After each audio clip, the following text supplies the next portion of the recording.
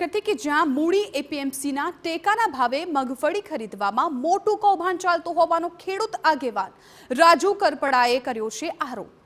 મૂડી એપીએમસીમાં મગફળી ખરીદીમાં બોગસ રજીસ્ટ્રેશન કરવામાં આવતું હોવાનો રાજુ કરપડાએ ગંભીર આરોપ લગાવ્યો।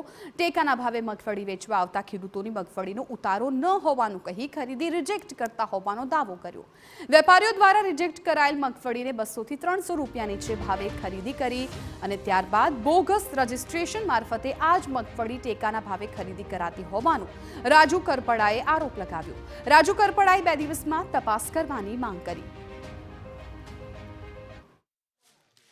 આ વેપારી ટેકાના ભાવ કરતા 200-300 રૂપિયા નીચા ભાવ આપી અને એ મગફળીની ખરીદી કરે છે અને એ ખરીદી કર્યા પછી અધર ખેડૂતોના નામે એડવાન્સમાં વેપારીઓએ રજીસ્ટ્રેશન કરાવેલું હોય છે જે બોગસ હોય છે।